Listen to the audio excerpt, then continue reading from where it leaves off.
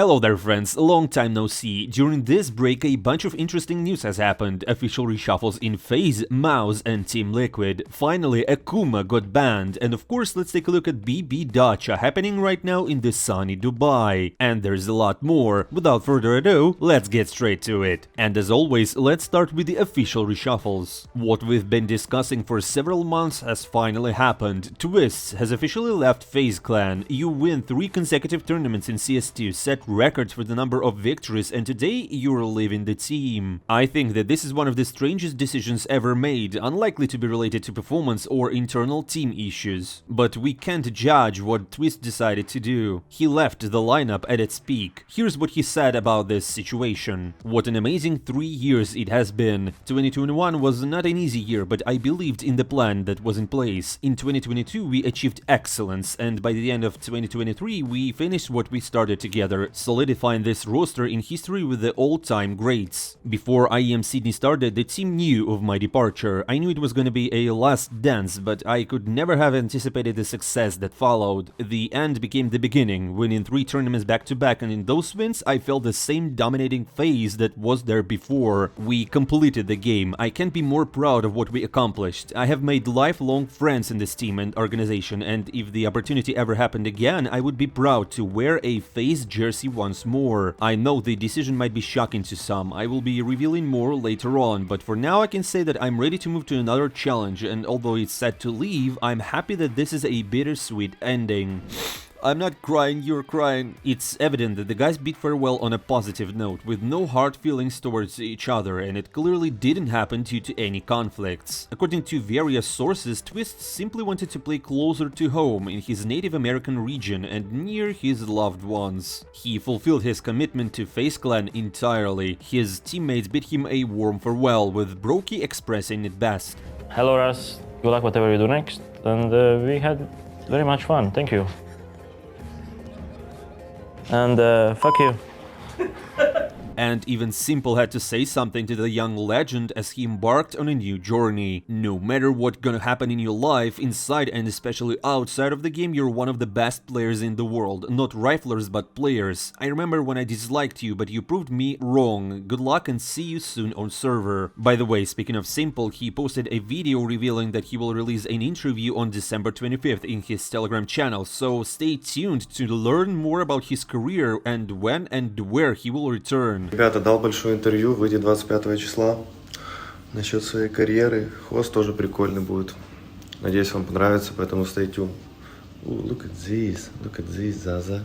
Let's wait for new information on December 25th, but for now, let's turn our attention to Twistzz and his new team, Liquid. Yes, we finally received the official announcement on the roster. As we expected, Twistzz has joined the team with Kadian as a captain. They are joined by Skulls, signed recently from Pain, and Naf and Yikinder. The team's coach will be Zeus. This marks the first time in Liquid's history that there won't be a single American player on the roster. However, it's already known that Liquid will be competing in the American Aramar, thereby increasing the slots in the NA region to 11. I have a soft spot for Kadian, so it will be fascinating to see what the new Liquid lineup can achieve. On paper, the roster looks very strong to me. Guys, what do you think of this new team? Share your thoughts in the comments below. On the other hand, what's next for Faze clan? The world's best team lacks a player, but you know, decisions have already been made. Initially, there were talks about JKS, then someone started hyping up about Simple, but in the end it turned out to be much simpler. The very first rumors have been confirmed. Frozen has joined Faze clan. Now they have an unbeatable trio from Mouse, Robs, Kerrigan and Frozen. The reunion of these 2 young stars is just the next level. In the past, Frozen and Robs felt each other on an incredible level. Just imagine what they can achieve in CS2 together. And here's what Frozen said about this. I have to admit this is probably the most difficult decision I have made in my career, but yeah, that's just life. As you probably know by now, I will no longer be part of Mouse. When I was 16, these guys gave me an opportunity, the chance of a lifetime to fulfill my dreams. Something I was only dreaming about before suddenly turning into reality. I am so grateful for this. Well guys, let's see how these beasts will perform in the new lineup. Give them a couple of tournaments and they'll be unstoppable. It's unfortunate that there wasn't enough space for JKS, but I'm genuinely happy for Frozen. He spent a good amount of time with Mouse, even though their current lineup is quite familiar interminable. However, it's clear that with Kerrigan you have better chances to win trophies. As for Mouse, they got Brawlon instead of Frozen, at least as a stand-in for the final blast. But I'm not worried about Mouse at all. Even if they don't sign Brawlon permanently, they have the best academy in the world, so they can just go and pick and choose a replacement for Frozen. Moving on, we have official reshuffles in G2. No, Hooksy is not being touched, and Maiden remains in place, but the Kovac family is losing their coach. Swanee officially announced that he would step down from this role after the final blast. It's purely his decision. It's something health related, he's feeling physically subpar, and it seems that he's just exhausted. I wouldn't be surprised if Ink takes his place. He's a former coach of Faze, a friend of Nico, and fits perfectly into the concept of the Balkan Dream Team. And by the way, they're actively participating in the CCT series, the best tournament in the world. They've come a long way. G2 is playing in Tier 2 tournaments, and to be honest, not very successfully. The other day they were eliminated by Aurora 13-6 and 13-2. Deco just took and dominated the Kovac family. Nexa is already making fun of himself. Who thought bringing Nexa was a good idea? What the And honestly, this question has been on my mind for the past week. Nexa also shared interesting details about Dexter, with whom he played in OG. In my opinion, working with Dexter is very challenging. He's undoubtedly very skilled individually, but he wants everything to be as he wants it. Along with that, he takes up space from everyone in the team and doesn't appreciate it, blaming others for mistakes. I would say he has a huge ego. It's okay if it's justified by corresponding statistics and the player genuinely helps the team win. As I see it, Dexter accumulates his stats at the expense of others. Yes, occasionally he can show something incredible like winning 1v4 clutch. He's genuinely good individually, but his playstyle might not benefit any team. On top of that, Dexter is very stubborn. He's not willing to change, adapt, or deviate from his view of the game. Despite that, I still consider him an excellent player. If he tries to look at the game from a different perspective, not just his own. If he has a captain who refuses to tolerate his antics and demands unquestionable execution of team strategies, only then he can undoubtedly become a very strong player. End of quote. This is quite something. We've heard similar sentiments from Spirit players in the past, but now new participants are sharing their experiences. It makes me wonder how this might affect Dexter's future career. Now let's move from official reshuffles to rumors, and we have a lot to discuss here too. For example, regarding Falcons. Everyone was talking about them signing a dream team, assembling all the stars like Simple, Nico and Monacy, but as you can see, nothing like that is happening. They brought in Magisk, Snappy, and then everything went silent. Moreover, the other day there were interesting insights that they might bring back almost the entire previous lineup, Boros, AMHL and Longs. These might be good players, but certainly not what we were expecting, and from what I understand, it all started with Nico. When Kovac rejected the transfer worldwide, it stirred up the pro scene. Twistzz didn't go, and as the insiders state, Santares and Sanpayas also declined. As you can see, not everyone is swayed by the Sheikh's money. I can imagine the faces of Snappy and Magisk, who left their top teams to dominate the pro scene in a new dream team, and then this happens. No one wants to go to Falcons. It seems that the era of incredible transfers for millions of dollars is coming to an end, if it even happened. People even speculate that Falcons might skip this season altogether, just try to qualify for the major and call it a day. You know, they want to wait for the next transfer window and try to snatch someone more solid. Guys, what do you think about this situation? Write your thoughts in the comments below. As for the next rumors, they were unexpectedly intriguing. Harumi posted that VP contacted Cloud9 to buy out Shiro. If everything works out, Jaime will switch to being a rifler. When I saw this, I thought, what? Jaime as a rifler? He talks in all interviews about their team being built around this sniper captain. It's an entirely different approach. You can't just switch to being a rifler and continue playing. The tactics will all go to trash cans. In any case, if this is true, the transfer would be super powerful. We all thought Shiro would move to Spirit or BB, but no, there are rumors about Virtus.pro now. We await for more details. And the last bit of gossip, there are rumors about Inters leaving TSM. Honestly, I have no idea what's going on there. They're playing some tier 2 tournaments and not achieving stellar results, or even something close to them. The lineup seems hyped, but the results aren't there. That concludes the rumors basically, but I have more news for you. First, Akuma has finally been banned. It took only 2.5 years. ESIC works at maximum speed, and they banned not the entire lineup but specific individuals. Sensei was the first to get hit, and 3 players from Majesty. Interestingly, the ban wasn't for that historical RMR where Akuma defeated Navi without any chances, but for the previous team Sensei played in, Project X. Moreover, he was accused not of using a Raider hack, but of fixing matches. Allegedly, he played fake matches on LAN from 2020 to 2021. There are no more details, but the fact remains. Sensei is now officially banned from playing on the pro scene for 2 years, and the reaction was instant. For example, his former teammate Sergis thinks it's all a clown show, a circus. He said that ESIC embarrassed themselves again and attributed something that couldn't have happened. At the time, the whole world was engulfed in pandemic and LAN events were non-existent, yet they somehow attribute them without specifying which ones. On the other hand, Overdrive, for example, believes that this punishment is too light and easy and questions why the rest of Akuma wasn't banned. Loba says something similar, requesting to ban World 2K as well. Like, do you remember his controversial shot in the kitchen on Mirage? In general, the community is really unsatisfied. And lastly, the other day there was a massive wave of bans. There were rumors that on December 5th, Tuesday, Valve would release their new super powerful anti-cheat. It would ban all cheaters and CS2 would become the best game on the planet. However, this naturally didn't happen. Nothing came out and Valve did not present any new anti-cheat.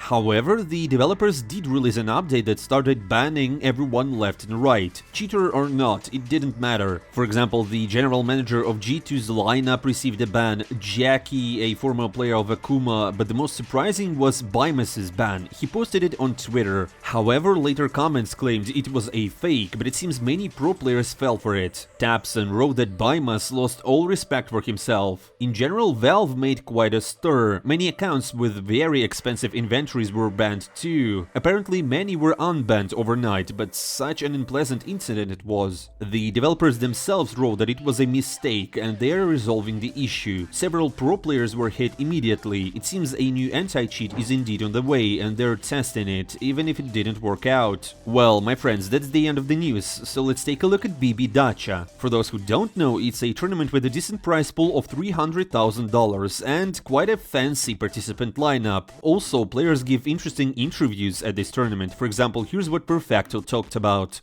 Илюха Перфекто, спасибо тебе, что пришел. Как тебе возвращение Бумыча? Как тебе играть с Кириллом? Очень хорошо. Ну, мы давние друзья, да, поэтому это было очень круто, когда он вернулся. Появился опять этот заряд, как был в Нави. Поэтому мы все рады. Ну, осталось только работать, осталось только побеждать. Все есть. Супер, супер. А что будет делать с Авиком? Нет Авика. Ну, слушай, игра пока такая сырая, что тут Авик не особо нужен. Типа, Кирилл справляется, где-то я беру, где-то Абай берет. И пока вот в таком тестовом варианте стараемся побеждать. Ну, мы видели, Бумыч раздавал просто жестко на оверпассе, да, вообще молодец. без шансов раздавал. Так, что я хотел спросить? Блин, ты меня просто... У тебя такая аура, я просто поплыл. Смотрю на тебя, и я плыву. Давайте немножко про CS2 поговорим. Как тебе вообще CS2? Что скажешь про Саптик? Все сейчас хейтят, все говорят, сейчас с Рэйчелом сидели общались, говорит, говно полное. Слушай, ну, называть так не буду больше на стриме, но мнение похоже, если честно, потому что Саптик непонятный, то есть где-то ты играешь, например, дома, у тебя другой КС, другие, ну, по-другому засчитывают, играешь на лане, совершенно другая игра. Поэтому пока, ну, играем турниры, смотрим, видно, что они стараются что-то исправлять быстро. Выходит патч, вот вчера вышел. Мы сегодня увидели, что на Оверпассе что-то поменяли, перед игрой прямо увидели, забавно было. Серьезно? Там в банке поменяли какую-то нычку, добавили, мы даже не видели ее. И вы сейчас играете вот на новом, да, уже патче? Да. Жесть. Поэтому было забавно. Но, надеюсь, исправят, потому что все мы знаем, какая была CSGO сырая в начале. В принципе, тут все думали, что будет сразу пушка, конфетка, но так не получилось, ну, не бывает. А вот сильно отличается игра на лане и в онлайне? 100%. Вообще разная игра, ты тут хорошо регистрируешь, ну, то есть, как в CSGO было, то есть, ты засчитывают нормально, попадают все, куда ты стреляешь, гранаты нормально летят, нет никаких багов, ну, минимальное количество. Поэтому точно отличается. Вот такой еще вопрос. Смотри, ну ладно, вот в эту тему еще. Вот CSGO на лане 128 тикрейт и CS2 на лане Саптик. Что выигрывает? Ну, пока CSGO. Не CSGO знаю, 128. или это из-за каких-то воспоминаний, или... Мувмент, стрельба. Ну да, что? movement. Ну, все, наверное, я не знаю. Как модельки выходят. То есть, ну, как-то, возможно, это просто привычка, потому что мы сколько играли турниров. Посмотрим. Но пока CSGO. А вообще, вот чтобы вот ты как вот человек, который погружен в игру, вот что бы ты хотел, чтобы что-то добавили, что-то наоборот убрали, вот что тебе не нравится больше всего или... Но если брать movement и стрельбу, то какой-то стабильности, потому что все мы видим, что ее не хватает. А что добавили? Да я не знаю, все есть, просто нужно все довести до ума, чтобы не было никаких там этих пиков на скейтборде и прочих моментов. Ну и вот все. Ну вон там вопрос про подсказывание Виталити в матче, мы это тоже заметили, когда... Да, был Когда Бай момент. был на бусте, Да. если бы зал не Инферно. закричал, он бы не развернулся, потому что он до этого проверил буст и зашел в пул. Да. Ну, это лан, это живой, как сказать. Ну вот было там слышно было или нет? Как Они бывает? слышали 100%. Ну, всегда слышно. Независимо от того, какие у тебя наушники, там сколько вертолеток или еще, всегда слышно. Это да, был ключевой момент тогда, Ну, конечно. мы не можем на это, потому что в каких-то других моментах или там в Нави подсказывали нам, Ну поэтому да. это лан, в этом-то весь и смысл. А вот чего не хватило? Вот вы с фейзами, получается, 5 маппоинтов, да, у вас было? Что-то не дожали. С Виталити тоже могли выигрывать. Что случилось? Ну, в сыгранности, потому что мы до этого играли с Кириллом 7 дней, и мы полное перестроение было там с Дениса, с Абайну, меняли роли, поэтому, наверное, сыгранности, возможно... Ну вот, я назову сыгранность, потому что реально многие моменты мы могли доигрывать спокойно, там в большинстве клатч, и мы это не доиграли.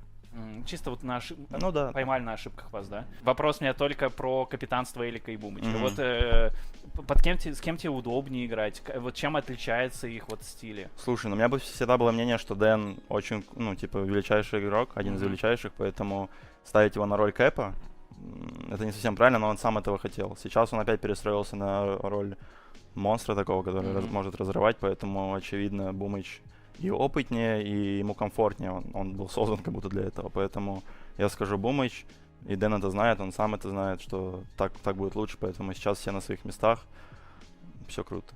Ну, то есть это было его решение, да? И стать капитаном, и потом уйти с капитаном. Абсолютно его решение. Никто его не заставлял, никто нет, это было его решение. Просто были слухи такие ходили в Нави, когда там убрали Бумыча, что типа это Блей так решил. Но... Не, что убрали Бумыча, это один вопрос. Мы говорим про электронику. Нет, это чисто его решение, конечно. Ну, нельзя заставить человека колить. Ну, нет, он сам вызвался и сам хотел этого, и это было видно, когда он продолжил это в Cloud9. А какие вот задачи сейчас минимум? Выиграть мажор? Ну, минимум, да просто выступать хорошо, выигрывать каждый турнир, который есть, начиная с этого, заканчивая мажором и там другими турнирами. Просто играть круто, потому что у нас был спад, все мы видели, ну, все видели, как мы в Cloud9 не совсем смогли найти свою игру, сейчас мы ее ищем и, надеюсь, найдем. И желаем, чтобы вы победили на Bad Boom Dacha. И потом желаем удачи на Областе. Блин, вот такой гость. Спасибо огромное. Спасибо, Илюха Перфект, что зашел. Блин. There will be more interviews with Boomich, Nefani, Norbert, and many others. I will, of course, share with you all the most interesting info from these interviews. Now about the tournament itself. There are 8 teams participating, divided into groups. If you lose 2 games in the group, you're out, and if you win 2, you secure a spot in the playoffs. The groups are on your screens. At the time of recording this video, 2 matches have been played, and both ended decisively. First, Cloud9 confidently defeated Gamer Legion 13-5 on Overpass and 13-3 on Mirage, and after that, MIBR even more ruthlessly annihilated BB. To give you an idea, Nefani's team at their peak on Nuke managed to secure only 1 round. It was highly unexpected. Well friends, that's all from me. Thank you for watching. Don't forget to leave your opinions in the comments below and subscribe to the channel not to miss the new interview with Boomich in the next video. I'm not saying goodbye for a long time. See you soon.